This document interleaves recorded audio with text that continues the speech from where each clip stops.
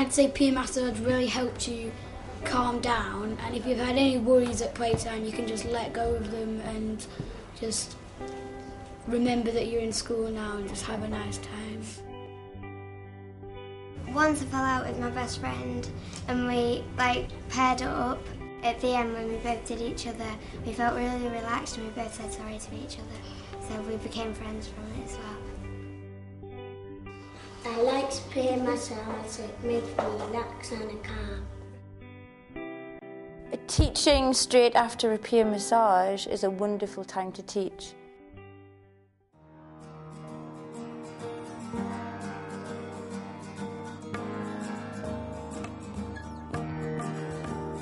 I've been an early childhood educator for nigh on 14 years. In my last year of teaching, I noticed how effective touch was in resolving children's emotional issues. Whether it was something they walked through the door with or something that arose with another child. So I decided to take a massage training, and that's where I learned about peer massage in the classroom. Well, I want to find out if there's anyone else in the world doing this work. So I've searched the internet looking for other organizations or other individuals doing it. And that's how I met Jean Barlow. She's become my mentor, and it's really been a very positive experience. I've been doing it, well, this is my 13th year. I've 18 trainers. I was a teacher for behaviour, and I went round to different schools. And I use peer massage as a strategy to help them to integrate. I found that it worked really, really well. Ever since I've heard about peer massage, I've been wanting to make a documentary film so that others could learn about this really wonderful work.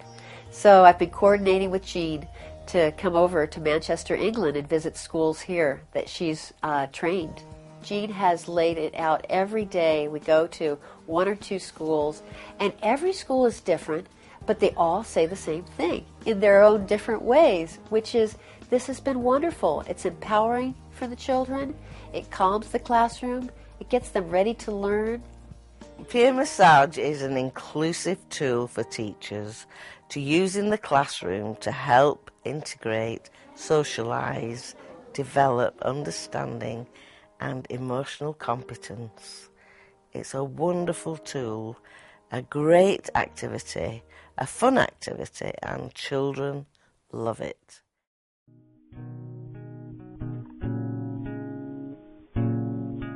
When you come in and you feel puffed out, you can have a peer massage and it relaxes all your muscles so you can get ready for learning and don't interrupt anyone else.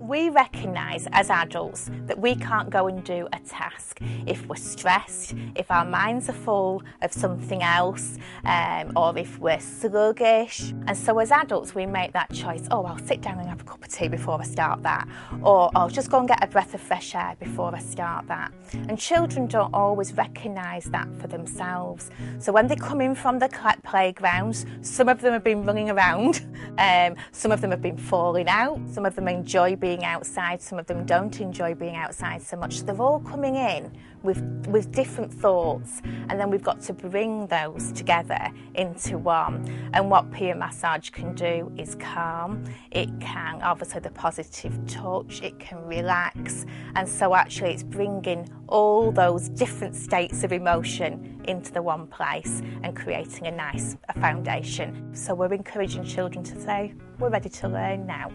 And that's a platform for doing that.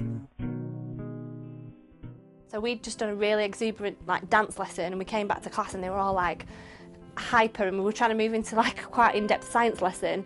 So we did the massage as a break between the two, and it just calmed the whole atmosphere of the class down, and it sort of focuses them, brings them back on task, but it's also just a really nice thing for them to experience. I like the entire massage, and especially when I've just been running around loads outside and then I come back in and I get really, really relaxed. If we didn't have the massage, I think I would still be a bit jumpy from playtime. I think for health and well-being, one of the key areas of my work has been about relaxation, and peer massage obviously works with your parasympathetic nervous system, and it's about teaching the children a skill that engages that system within their body so that they're able to relax and have, you know, their immune system gets affected, and they're able to, from a health perspective and a physiological perspective, it actually sort of realigns their body as well as having something that they're doing in the classroom as a fun thing. Well, having not done it before, I was worried. I was worried, am I going to do it right? Am I going to do it wrong? Is there a structure? Or am I doing it? It's the normal fears that come with anything in teaching.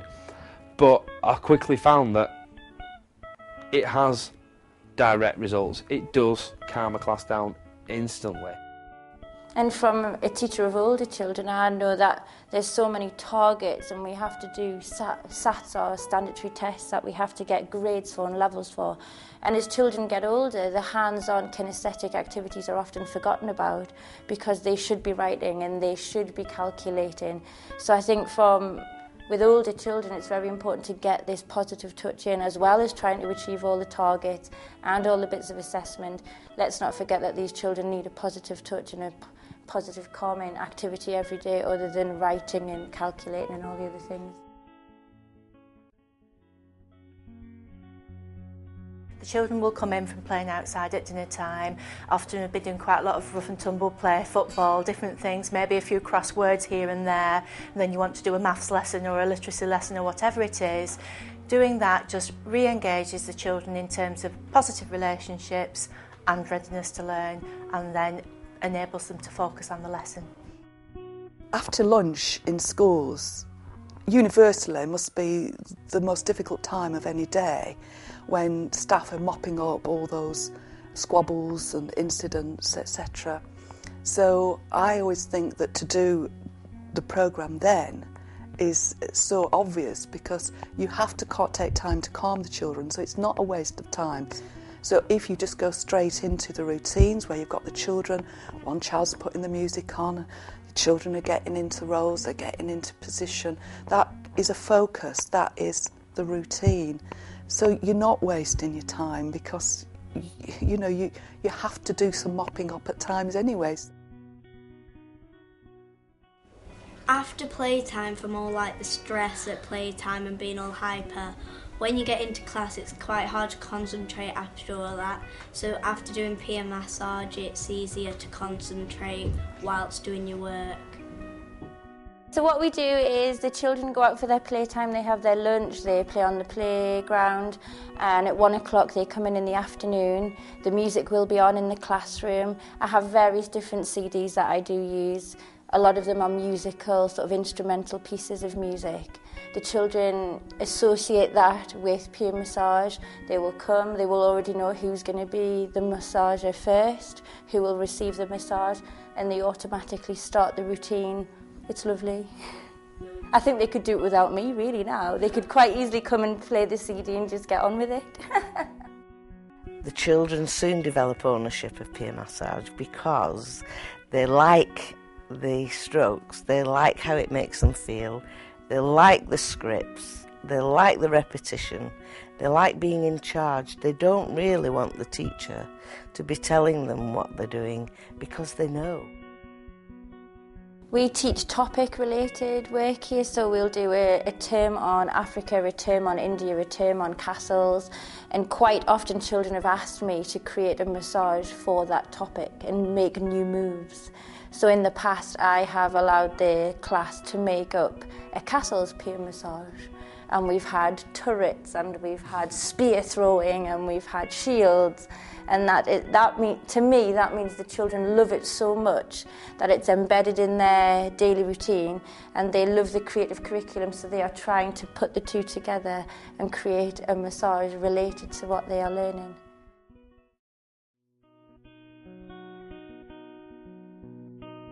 Before I got my first friend, I didn't really think that I was fitting in, but then when we did peer massage and I started getting my friends, I started getting on with his friends, and then his friends became my friends, and then now I've got lots of friends.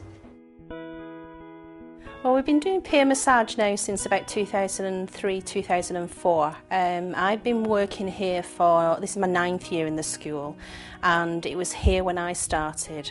It was introduced by a teacher at the time who was running our social curriculum, and he introduced it because there were a few incidences of sort of negative behaviour. The bullying incidences were quite high. We had some issues with racism, a lot of quite nasty behaviour on the playground in terms of violence between the pupils. So I think really it was part of a package of interventions that we introduced in school that would hopefully then calm that situation down and get the children to think about the way they were treating each other. Bullying is a systematic and deliberate attempt to undermine another person in order to make that person feel empowered and somehow better, in charge, dominant. Bullying is not simply violence or aggression. Bullying is not a person. It's actually a reactive response to what I call social stress. The operating principle behind bullying is if you can put someone else down, then you'll be higher. If you can exclude someone, then you will be a part of the in crowd. If you think about it, it's a power imbalance. Bullying is always based on a power imbalance. So for example, there's two boys of equal stature fighting. That's a fight. It's not necessarily bullying. But a power imbalance is trying to put one down. So bullying actually relies on a victim. And most anti-bullying programs seek to, of course, stop the bullying, but prop up the victim so that they don't become a victim anymore. Because if there's this imbalance, if you can prop this one up, there can't be any bullying. Well, this is one of the beauties of peer massage, is it puts everyone on a parity because you give and receive. Because it's positive, and I think we're all equal when we do this. We're not competing, we're not trying to be the best. We are passing on positive touch to each other in a nice, calm environment. Peer massage has been really powerful in reducing the aggression and serious incidents in terms of bullying across school because by introducing touch and relationships in a very safe and managed way, it's meant that children have found a way of having better relationships and being able to resolve some of those differences. One of the benefits of peer massage, or one of the beauties of it, is that peer massage includes everyone, all the time. Anyone who wishes to be included is. And so it addresses that need for inclusion right away. I've seen an improvement in social relationships between children. Very much children have got a set friendship group who they will play with, they will socialise with. And with peer massage, I mix it up, so they will perform a massage on a child that they're not necessarily friends with, and you can see the relationship building up, and it gives children an opportunity to be with someone that they're not particularly close to, and then a result of that is new friendships as well, which is a big positive. Usually it builds even just a little bit of friendship, usually because you're commenting each other on like, that was a very nice massage, or like you're just talking to each other, and it just makes you sometimes build friendship and self-confidence, really. So I'd like to see peer massage in the curriculum, perhaps within the PSHE curriculum, which is Personal Social Health Education curriculum, where they're learning about what it means to relax and to nurture themselves and to value themselves and love themselves and recognise what's good for them, what's good about them, without actually having to pick up a book or do any work, or, you know, they know that value within themselves and they're able to value themselves for who they are, not for what they do. I believe that the solution to many of our problems is focusing on the positive. Not on what we don't want. Let's focus on what we do want. And so peer massage works in this way. It's focusing, we want positive interaction between students. We want to teach them how to give each other positive touch. And it does that. It stimulates the oxytocin, so they actually can't help but be friendlier with each other. The chemical that's associated with calm, focus, and friendliness is called oxytocin. I like to think of it as oxytocin. Oxytocin has been called the bonding hormone, the friendship hormone, the love hormone. It's secreted by the pituitary gland, and when it floods the bloodstream, it's like a sigh. The threat is gone, relaxation occurs, normal digestive and immune function resume, and everyone is seen as a potential friend. It's the social interaction, what they get from each other. It's kind, soft touch. They're not pushing, they're not pulling. And I think the communication, it's been absolutely expanded. It's developed the levels of communication because they're actually talking to the partners. Yes, I like that. No, I didn't like that. Can you do that a bit softer? So it's just working great. Does that feel okay? Or do you want it harder? This positive touch experience produces oxytocin, which then de-stresses the nervous system and helps them be friendly with each other. Then you can see the value of the peer massage itself.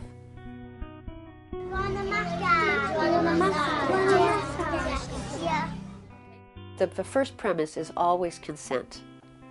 So it's really important to understand that peer massage is not just about touch. A major component of peer massage is learning how to ask for consent. That teaches appropriate boundaries and respectful social behavior. But it's also giving consent, which teaches self-reflection and empowerment.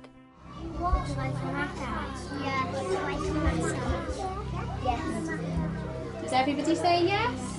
Yeah. Okay, lovely, so we can start cleaning. Is it okay to touch? Yes. I think it's vitally important when you introduce peer massage that you make sure the children are aware of the fact that it is choice. If you don't want the massage one day, you just sit out. And our children in the 3 years have learned that it is their choice and that they can opt in or out, and it is their decision whether or not they want their massage. Sometimes I don't have them. Sometimes I just give them to somebody and they get two, and I don't have them. Some of them have a favourite move and they will ask permission to have the massage, and then as their favourite move progresses they'll say, can you just do that one next? I don't like the next one, can you just carry on? And some of them will just have a whole massage of head sort of massage because they don't like the shoulders. And they are quite happy now to let each other know without me interfering, without Neil saying anything between them in their pair. They will just voice their opinion and say, actually, can you do that softer? Can you do that harder? I can't feel that so much. Would you mind staying on my head a little bit longer? I really like it. And you can hear that as you move around the classroom. Sprinkle the flour onto your palm.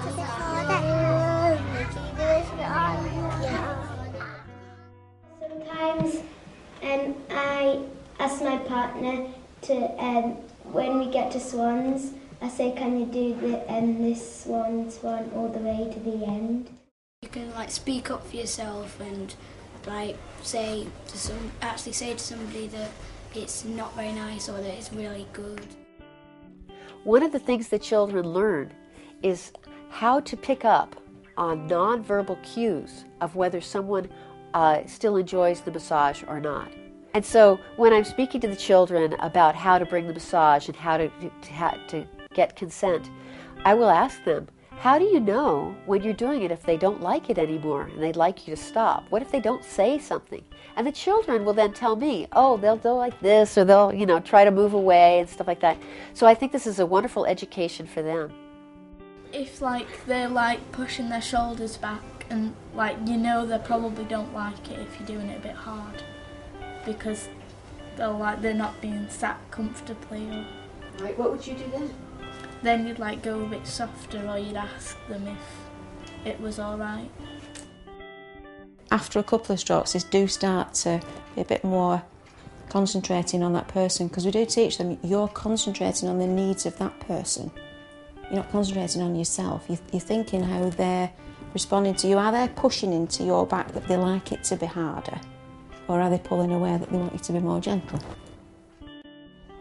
If somebody's being too rough, you can just say, can you do this a little bit gently, please?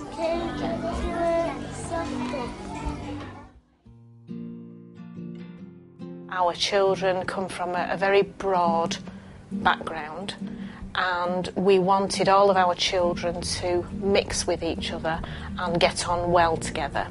And we've been working on that in a variety of ways, and this is one of the aspects that we've introduced and sort of developed for children from being very young. We start it from the age of 4, so children are introduced to it as soon as they come into reception class, and they get used to using appropriate touch with their friends. And that's the big thing for us, is making sure that children understand what's appropriate and inappropriate touch and how that can make you feel, which is why something like peer massage works really well for us. It's not just about relaxation, it's about developing yourself and what you're speaking about to other people, and allowing people to touch you is not a small thing. It's not just about relaxation, it's about emotional literacy, it's about understanding that things are bigger than just yes and no. And where I've seen the development in that from them come is in vocabulary, in manners, definitely, in how they treat each other, because it's good to use it as a vehicle to deliver PSHE, which we call over here, which is personal social health education. But if you're already in a situation where you're touching someone else and asking if they're comfortable with that, it's a great vehicle to deliver, you know, what is appropriate, what is not. I think there's an element about keeping safe. I like the issue because we teach the children. It's generally somebody might cause them harm who's already in the family or known, or a family friend. So they know that people have to ask permission for the right to access your personal space. So as the children get older, especially like the girls from year 6 going into high school, mixing with boys up to 16, 17, it's still their right. People still have to ask permission before they access their personal space. I like that element of it, and that will carry on for the children. The empowering of the children, particularly culturally of our girls, saying, no, I don't want you to touch me. I'm allowed to say no to touch. Well, when I nursed, I actually worked in sexual health, and I was one of them who set up the young people's health services, school services in the area for sexual health. And I actually have talked to groups of young people, and we used peer massage as a way of teaching them to be able to say no, because you have to ask permission to do the peer massage. It's teaching them to respect their own bodies, and that they didn't just have to have sex, and it worked really well. It's teaching them that you never have to be touched unless you want to be touched. I think that there may be things that people deal with as they get older. When you get to an age where you start to become a bit more self-aware, especially when you go through changes at puberty and stuff like that, I think that you start looking at things a bit differently. And I think if we can think about those things before those changes happen, and we understand those changes, then I think actually we can start thinking beyond that. I think we start evolving a bit quicker and having a bit more respect for others because we respect ourselves.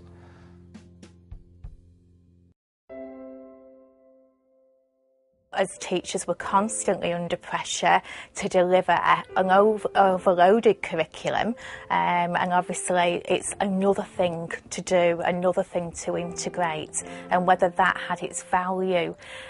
So I think at first they were just thinking, well, how am I going to find the time for this without it reducing the time that I've got to teach and the children have got to learn.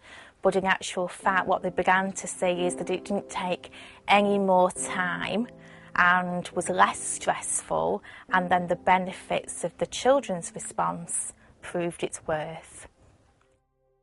The most challenging aspect of trying to bring this work to schools is probably the perception that some people may have around touch and around the word massage. But it's usually been overcome quite quickly and easily. It's purely that people have a misunderstanding, and once it's explained properly with a staff meeting, a parental meeting, it's not a problem. With the peer-to-peer massage and any other thing that you introduce, you'll always get some staff that are hesitant to be able to see the benefits of it. But because it's so simple and because it's so effective, I think quite quickly the peer-to-peer massage was seen by the rest of the staff to be very, very positive and very, very useful. So I think it was, that most staff all the staff just do it, and they, it's seen as a very good benefit for the children. We first heard about peer massage when we were in a staff meeting, and it was suggested that we each partner someone to do peer massage, and we were asked if we wanted to take part, and I was one of two who said I didn't want to take part because I'm not comfortable with touching in that fashion, I thought. So I was quite opposed to it, and we did do the training, and then I tried it in the classroom. I was working with a reception class, which is age 4 to 5. They were very lively indeed. And we tried it, and I was quite surprised how much they enjoyed it, and how very sensible they were, and how calm they were afterwards. And I could go into the lesson after it, and they were very receptive.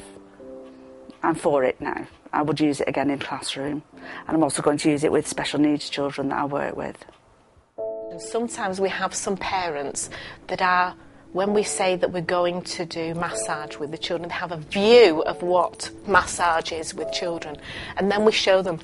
We do have videos of the children, so on parents' evening reading meetings, the sorts of meetings where we get the parents in, we show them exactly what it is and explain to the parents exactly what happens, so they can quite clearly see that we train children in what's appropriate and what is not appropriate, and actually children are then more aware of what shouldn't be happening to them than they would be if they'd never been told anything at all about it. So they do know what exactly is appropriate touch, what isn't appropriate touch, and so that they would then, hopefully, if anything ever happened to them that wasn't appropriate, they would be able to tell their parents, tell their teacher that something that wasn't right was happening to them, and they would be able to explain it in a different way than if they'd never been explained, but the language of touch. Me and Jasmine done the massage session last year in the school, and we've returned again for this session, haven't we? We've took what we've learned to home, because with Jasmine's little brother and elder sister, and we use it a lot, don't we? And we find it very relaxing, and it helps us, doesn't it, to communicate a lot as well with each other, and a bit of fun.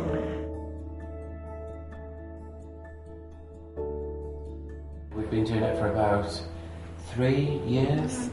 And it's like everything, historically it takes a while to embed it into the school culture, and this is something that I was a bit dubious of at first, I have to be honest, but Lynn brought it in brilliantly. She worked with governors, she worked with parents, and once we'd done that part of the community and the parents saw that it was absolutely fine, then we brought it into the school, and we've been doing it ever since, and it's gained momentum.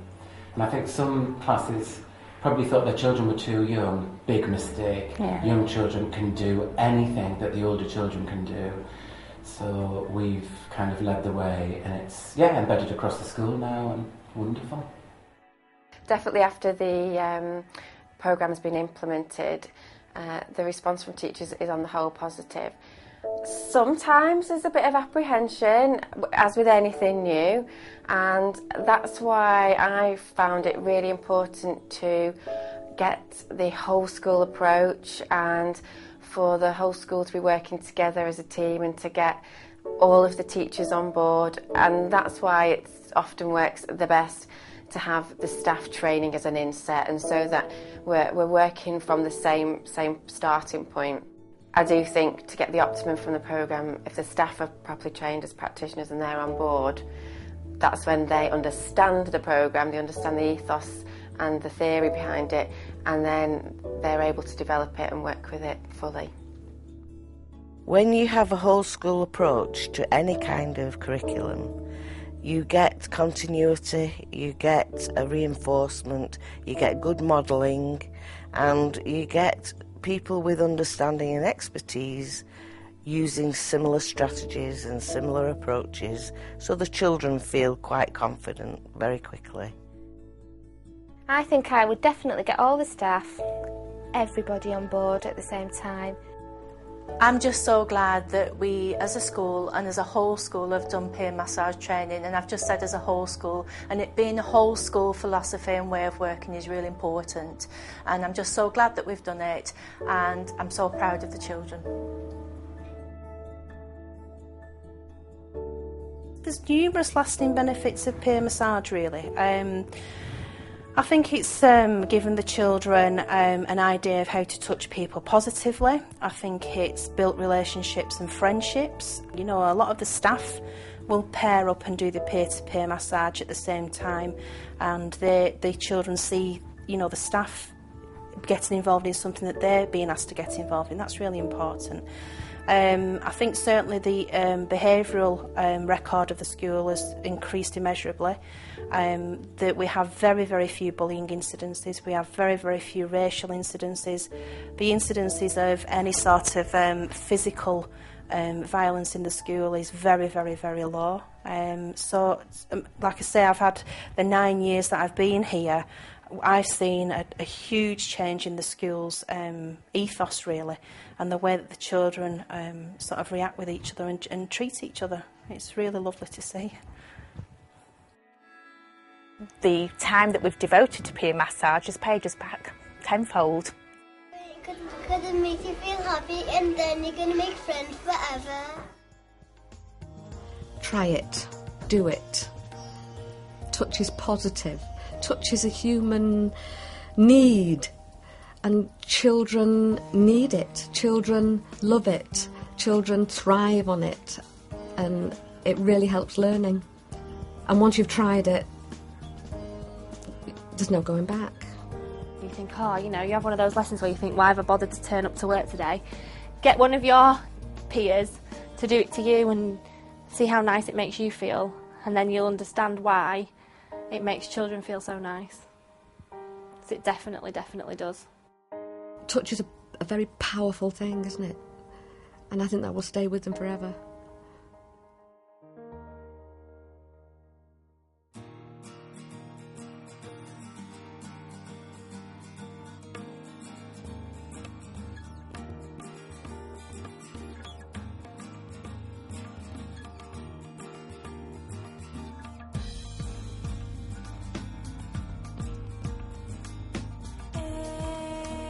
You're not changing the world as you know it. You can change the world every moment, and you do. Life is coming after you and seeking out your participation. So I love this hesitation to live, and we need you all. Can you hear the calling? We need you all.